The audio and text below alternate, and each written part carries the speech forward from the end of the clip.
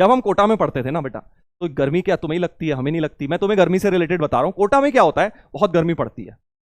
India का one of the मतलब बहुत ज्यादा गर्म रहने वाला शहर है। लगभग 50 डिग्री 52 डिग्री टेम्परेचर होता है गर्मियों में, और दिन के टाइम 50 डिग्री तो आम है, मतलब बहुत ही ईजी। इतना ज्यादा गर्मी होती है कि भाई अगर आप बिना अपना फेस कवर करके जाओगे ना कहीं पे, तो फेस जल जाता था। इनफैक्ट तुम अगर कोटा जाओ या देखोगे किसी को जानते हो, तो वहां पे दिन में ना सब रुमाल बांध के रहते हैं फेस पे। क्यों? क्योंकि गर्मी इतनी पड़ती है, तो फेस ही जल जाएगा, पूरा फेस जल जाएगा। तो अब होता क्या था, हमारी क्लासेस का टाइम होता था दोपहर 2 से 5 बजे। 3 घंटे की बस क्लास होती थी, 1.5 घंटे की 2। और वो क्लास लगती थी पहले तो क्या है, अभी तो कोटा में इतने बड़े बड़े इंस्टीट्यूट बिल्डिंग्स बन गई हैं। पहले क्या था कि एक बहुत ही खंडर सा स्कूल होता था, बहुत दूर जाके शहर के। वहां पे क्लासरूम, वहां के क्लासरूम में कोचिंग होती थी हमारी।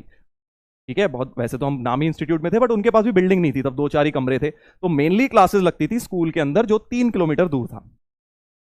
अब हम कैसे जाते थे वहां? हम जाते थे बेटा साइकिल पर। दोपहर के 1:30 बजे की गर्मी में साइकिल पे उठा के हम लोग कोटा की गर्मी में साइकिल करके 3 किलोमीटर रोज क्लास करने जाते थे।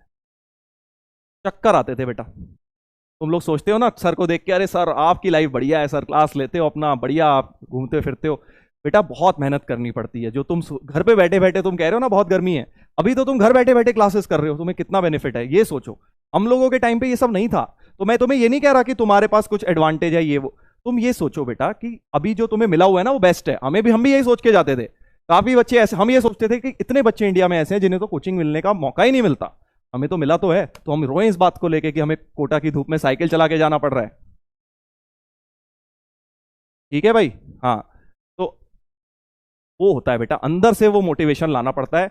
और बहुत टफ टाइम था वो, बहुत टफ टाइम था। सुबह जाते, दोपहर में जाते थे, धूप में चक्कर आते थे लिटरली वहां पहुंचते पहुंचते।